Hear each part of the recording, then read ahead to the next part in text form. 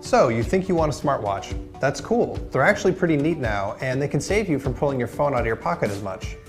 Most smartwatches are good at giving you notifications, they're good at controlling your music, counting your steps, and giving you little snippets of information like the weather. A smartwatch still won't replace your phone, and I should tell you that most of the apps are going to be slow and kind of annoying.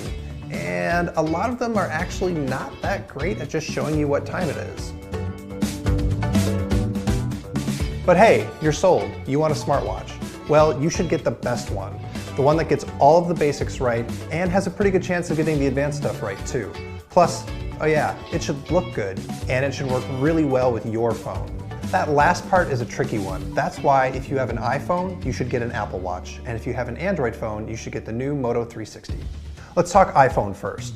There are actually a lot of different smartwatches that work with the iPhone, but the one that Apple makes is the best.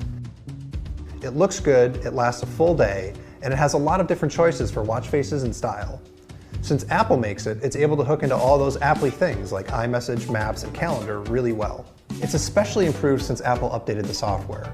More and more apps are available now for the Apple Watch, which means that you can get custom information like the weather or whatever on your watch face, and you can get custom widgets and apps when you need them. Most people should just go for the cheapest Apple Watch, the Sport. It does all of the same stuff that the more expensive ones do, and if you want, you can find a nice band on Amazon to spruce it up. On Android, it's a similar story. You want a watch that runs the same software as your phone does. There are a ton of Android Wear watches out there, and most of them are basically the same. So you can just pick one that looks the best to you and doesn't cost too much. Of them all, the one that I think will appeal to the most people is the new Moto 360.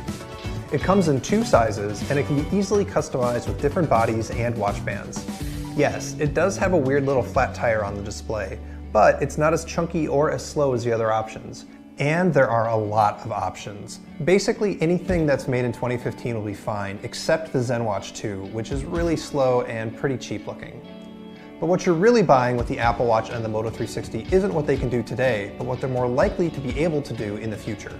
Both Google and Apple are trying really hard to make sure their phones work really well with these watches. They also have much better voice input support, so you can make reminders and search for stuff. And more importantly, they're pushing developers to release apps that you actually might want to use on them. But the truth is, very few third-party apps on either watch are any good. Now, both of these 2 watches last about a day, but if you think you need more battery life than that, take a look at the Pebble smartwatch. Pebbles handle the basics. They work really well on both Android and iOS, and they last several days on a charge. They also have some apps, but overall it's a much more bare-bones smartwatch than the other ones. And here's another thing to think about. Using a smartwatch can actually be kind of hard to figure out. The Apple Watch has like 5 different new interactions and a button to learn, and Android Wear can get a little confusing with its taps and swipes and long presses.